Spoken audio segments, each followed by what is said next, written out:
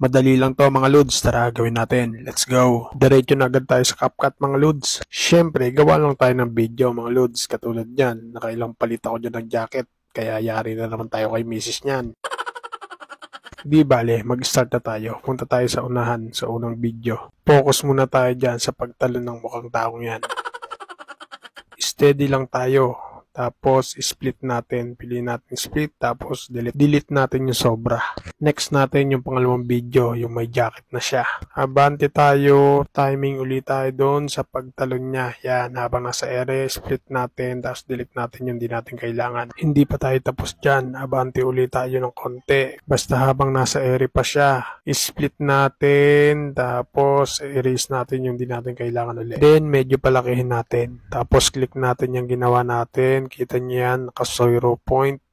Yun lang dapat ang sukat na gagawin natin. Ganon din gagawin natin sa susunod na video. Focus ulit tayo dyan sa pagtalon niya uli. Yan, split natin dyan, timing, tapos burahin natin yung sobra. Then, abante, katulad ng ginawa natin sa pangalawang video, itapat uli natin, tapos split, tapos burahin natin, hindi kailangan. Tapos kita niyo yan, 0.2 uli. Ganyan din ang gagawin natin sa pang-apat at pang-limang video.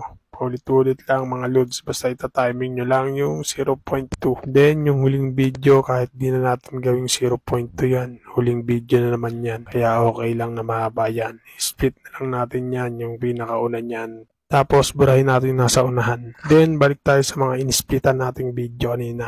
Yung mga naka-jacket na yan. Focus tayo dyan sa harap niya. Sa pinakauna niyan, steady lang tayo. Tapos, press natin yan. Hanapin natin yung press. Kapag na-press na natin, ibaba natin yan gamit ang overlay. Hanapin natin yung overlay. Then, hindi pa tayo tapos dyan. Maigsi lang gagamitin natin dyan. Split natin dyan. Tapos, burahin natin sobra.